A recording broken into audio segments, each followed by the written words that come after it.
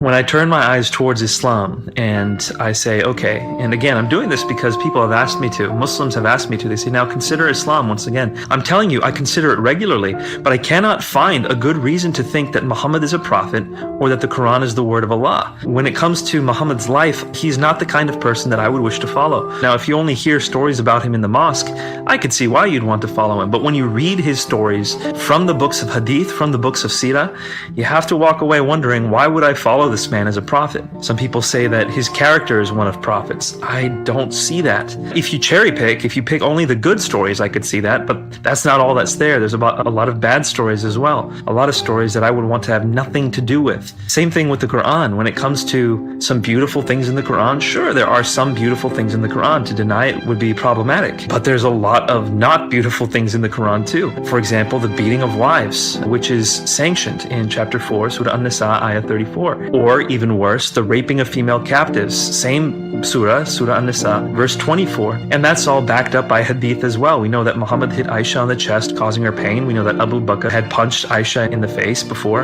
And we know that the raping of female captives is allowed according to the hadith. Look, this is just scratching the surface. I don't want to go into all the details, but I just gotta say, when I study the Quran, when I study Muhammad's life, I find no reason to become a Muslim. And when I study Jesus' life, I find reason after reason to become Christian.